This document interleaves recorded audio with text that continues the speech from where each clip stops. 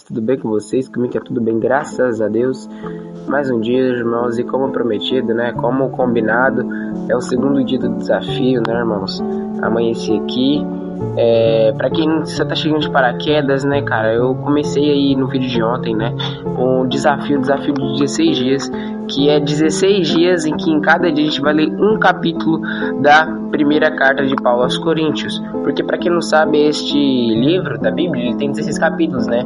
Aí, ou seja, se eu ler um capítulo a cada dia dá 16 dias. Ou seja, desafio dos 16 dias, irmãos. E, bom, queria aqui agradecer por todos que assistiram o vídeo passado e por todos que vocês estão assistindo no vídeo agora, irmãos. E, bom, o dia amanheceu, né, de uma forma bonita, o dia tá lindo hoje. E acredito que nossa leitura também será linda, para a glória e honra de Deus. E, bom, desde já peço para que você comente o que você está achando desse quadro, né? Comente aí se está te ajudando você entender melhor a Bíblia, ou de você criar a rotina e o hábito de ler, né? Porque, querendo ou não, é difícil, né? A gente vê um vídeo, é bem mais fácil do que a gente ir lá na Bíblia, procurar e ler, né? Então aí, diz aí o que você acha, né? E vamos aí à leitura, né? Sem mais delongas, né? Espero aí que vocês gostem e que vocês sejam impactados, né? De alguma forma aí, de alguma forma que Deus use aí essa palavra para impactar vocês, né, irmãos? Desde já eu peço e agradeço aos irmãos. Também peço desculpa caso eu errar alguma coisa aqui na leitura, mas que a paz do Senhor esteja com todos. Então vamos ler, sem mais delongas. Glória a Deus.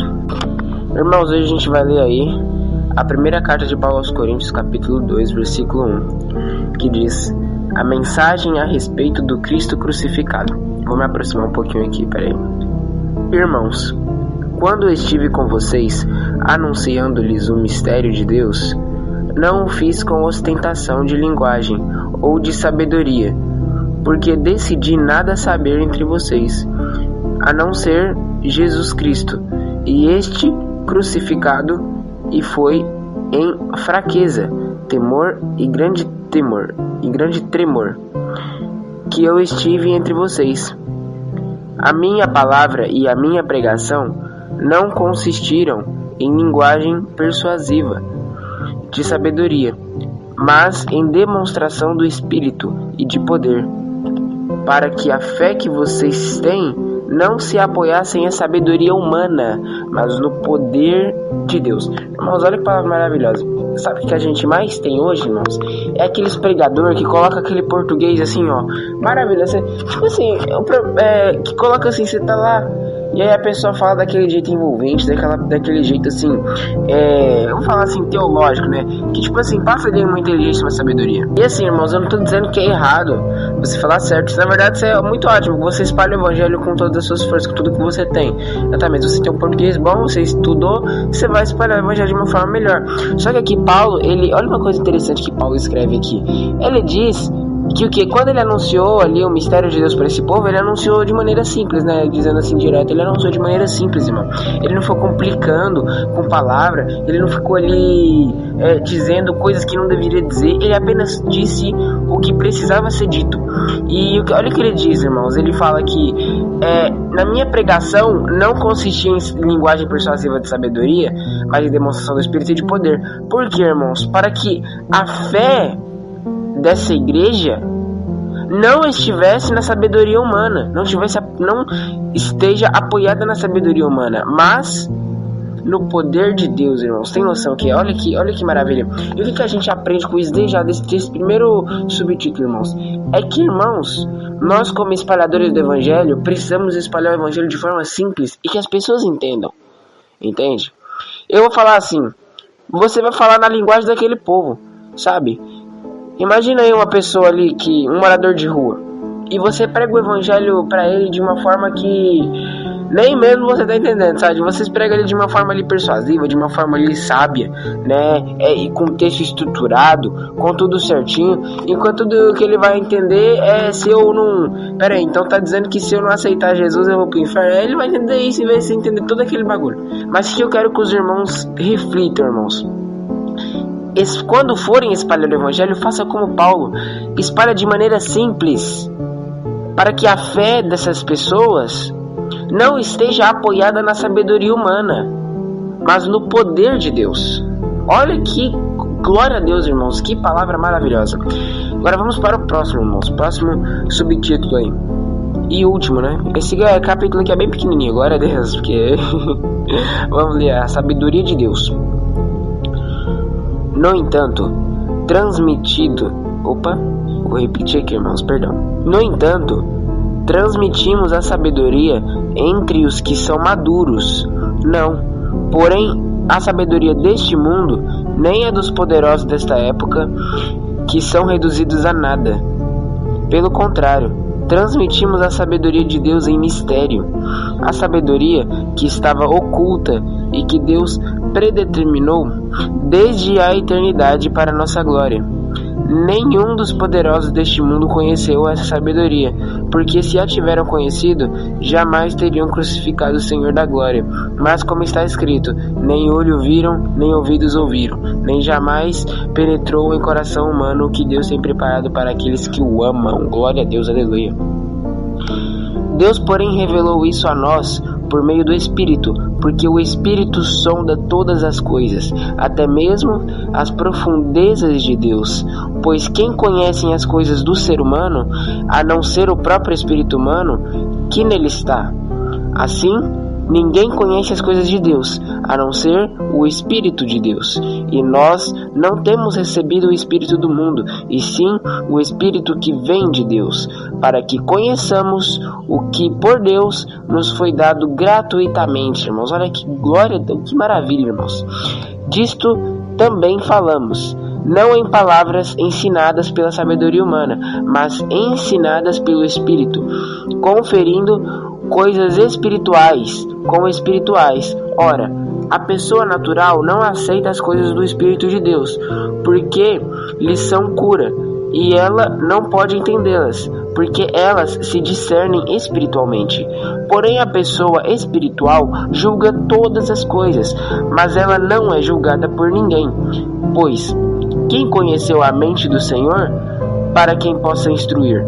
Nós, porém, temos a mente de Cristo. Glória a Deus, aleluia, irmãos. Encerramos aqui essa leitura do 2º capítulo. E olha que coisa maravilhosa. Olha o que a gente entende aqui, irmãos. A sabedoria de Deus, ela é diferente, irmãos. Como a gente leu no capítulo passado, da mensagem da cruz, e que a gente percebe que é loucura, basicamente, a sabedoria de Deus, aqui a gente olha para o outro lado, irmãos. A gente já olha que a sabedoria de Deus está mais ligada às coisas do Espírito, não das coisas, como posso dizer, da inteligência humana, entende? Então é diferente, tem essa diferença, irmãos.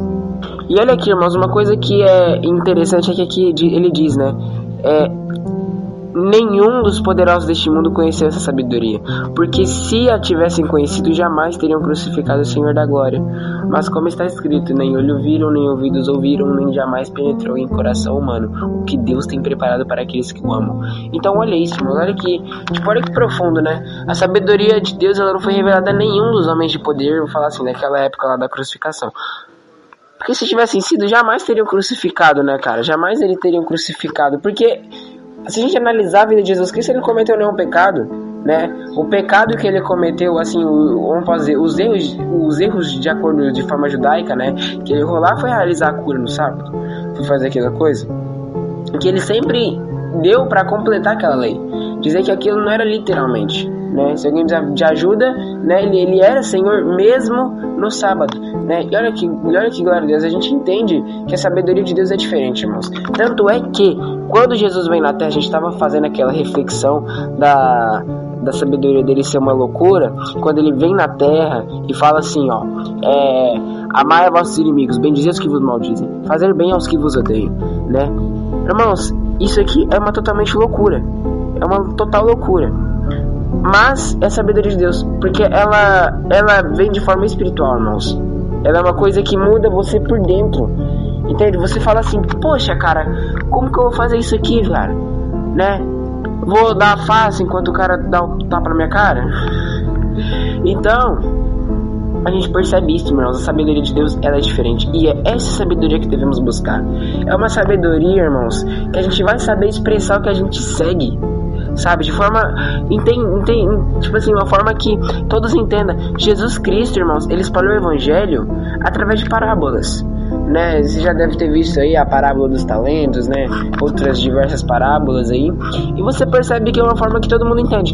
Uma criança de 5 anos vai entender e um velho de 80 vai entender do mesmo jeito, irmãos. Então é uma coisa que a gente precisa ter, que é um dom de Deus, na minha opinião, né? Que a sabedoria de Deus, uma forma assim da gente ter por Deus. Enquanto a gente é jovem, um recado agora pros jovens aí.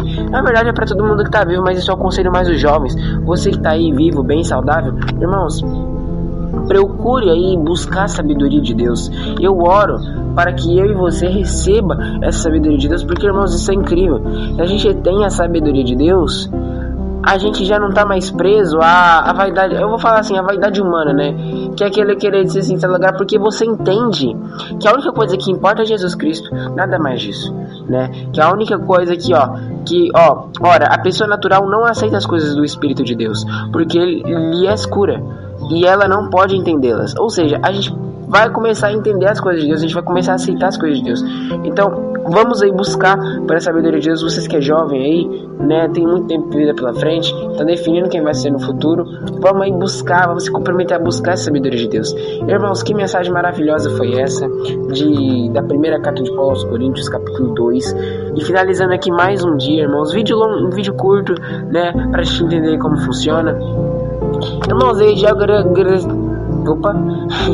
irmãos, eu já queria agradecer aqui por todos vocês que estão assistindo até aqui. Comente aí qual foi a sua parte mais assim, que mais te causou reflexão, né, irmãos? Que mais assim te causou um impacto, né, irmãos? Comente aí o que você tá achando, né? Se Deus quiser aí, próximo vídeo aí vamos estar fazendo o 3º capítulo, Cooperadores de Deus. E é isso, irmãos, né? Espero que vocês tenham gostado. Comentem aí o que vocês acharam, deixem um like que ajuda demais. Mas principalmente, irmãos, comenta. Eu prefiro o seu comentário do que seu like, irmão. Então desde já é o que eu te peço e já te agradeço, irmãos.